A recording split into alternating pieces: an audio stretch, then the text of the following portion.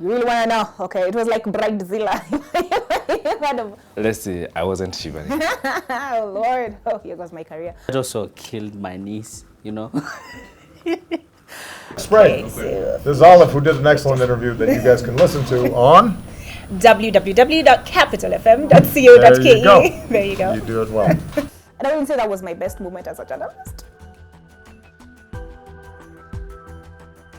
Soon after the announcement that Barack Obama would be coming to Kenya in July, I recall one evening my colleague Olive Barrows came to my desk and said, why can't we get an interview with the US president? So immediately I said to myself, yeah, why not? And I recall asking her to start thinking about the kind of issues, she would pose to him, if at all she were to get that kind of an interview. And soon after that, I crafted an email that I sent to Tiffany McGriff, who works in the Public Affairs Department at the US Embassy here in Nairobi, making a request for an interview. The issue went quiet. And then, a few weeks closer to the visit, I remember raising the issue with her and saying, what happened to the request for an interview? And this was in a meeting where the media people were, and similar questions were being posed. And what we were told is that the request had been sent to Washington. We should await a response. I remember again sending a reminder email, asking about the same interview. But then I was told I needed to be patient because the requests were being considered. Again, the issue went quiet until 2 days to the visit, when I got a call again from the US Embassy. It was a conference call involving a few people at the embassy, saying that, our request was being considered.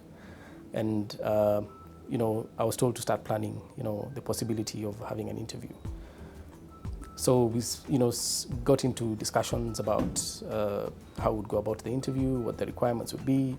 Capital FM is a radio station. Would I just require somebody going into an interview room with a recorder and, recording the interview? And I said, Capital FM does more than just radio.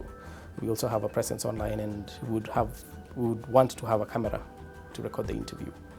And the request was sent back to Washington, a bit of back and forth here and there, but then as time went on, it became clearer that we would actually get an interview with him. It was a good feeling. Again, of course, there was talk, don't talk about the interview until, it's exactly confirmed because of certain concerns that would be obviously there.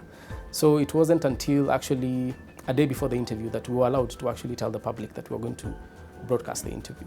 I was fine until around 12. Around at 12, I started getting hot. So I text Mumu, I'm like, I've started sweating. So he's like, calm down. He's like, calm down. My concern, the main concern for me was the questions, because Chairman saying don't ask stupid questions. The ambassador came in and was like, don't ask stupid questions. Everybody's sending you messages on your phone, on WhatsApp, and they're like, don't ask stupid questions. I just wish people would tell me what the stupid questions were so that I would know to avoid them. So I knew where he was going to come in through. So I knew I'm going to walk up to him and meet him in the middle. And that's where the table was, with the chairs and everything. We're going to do the interview and then say, hi, I'm Olive Barrows and I'm from Capital FM.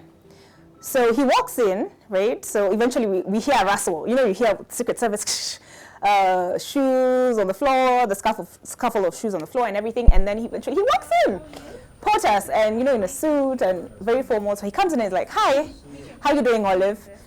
And everything went out of my head because I had prepared to say, hi, I'm Olive Barrows, and he said my name. So I started for a bit there. After that, I introduced him to Francis and James Mugo. I expected the shaking of hands to come later.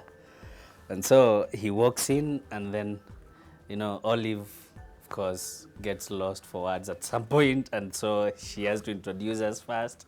And so instead of going to sit down, Obama decides to shake our hands first. And so I was lost for words. I didn't know to say hi or to say my name again. So I just extended my hand. I forgot my camera, actually, literally, for that one moment. And so I just shot his tie as he just came before the camera. I don't know if he knew that we were still filming, but... So, I tell him that I'm ready when you are. And he goes, I'm ready right now. And I told him, okay, fine. So we have to count down for the guys who are in the radio studio because we had agreed I'll count down from 5. Yeah, so we started the interview. And then at that point, I was telling myself, I was shaking, right? So I was telling myself, Olive, stop shaking. And then when I get nervous, my neck locks up, as in literally getting it to move is a hassle. But this time it was fine. It's just that I got tired from all the nodding. I was nodding like crazy. Because when we do radio interviews, which is a lot of what we're used to at Capital FM, is you nod, kind of encourage somebody to keep talking. You want them to keep talking so they can give you that bite. And because we don't want to say, because it ruins the sound. So this time there was a lot of nod. I was telling myself, stop shaking. And then I had planned to start with a question, are you a House of Cards fan? Kind of like to get him to relax, ask him a light question so that he chills out and then he's more receptive to answering questions. But he comes in and says, okay, I'm ready to start now. This is somebody whose time you don't want to waste. When the interview was over, and I expected, of course, my host, Olive, to ask for a photo, maybe a selfie or something like that. But Obama volunteered himself that, let's take a photo with your team. And that also killed my niece, And so everything else in my mind just like went off. I forgot to focus on where we are going to be standing. I was cut out. My video did not record that I was in the photo. Everyone else was in the photo. But of course, my hand is there, part of my face. I'm good. Let's say I wasn't shivering. Actually, I shivered later. After the interview, that's when I realized, what have I done? I have just been in the same room with the President of the United States of America, the most powerful person in the world. Yeah. Overall, for a novice, as I've been branded, it was good. I'm happy. I'm happy with the interview. I'm so grateful to the Capital FM news team.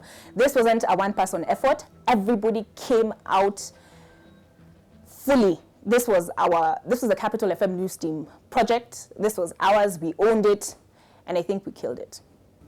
Capital FM has been in the market for quite a while, since 1996. Capital FM has carved a niche for itself as a top radio station in Kenya. We are known for our best mix of music. We are known for our credible news. I think we have a mix of talent representing the brand that is Capital FM. We pride ourselves in providing accurate, timely news. Of course, I think this cannot go unnoticed. Yeah.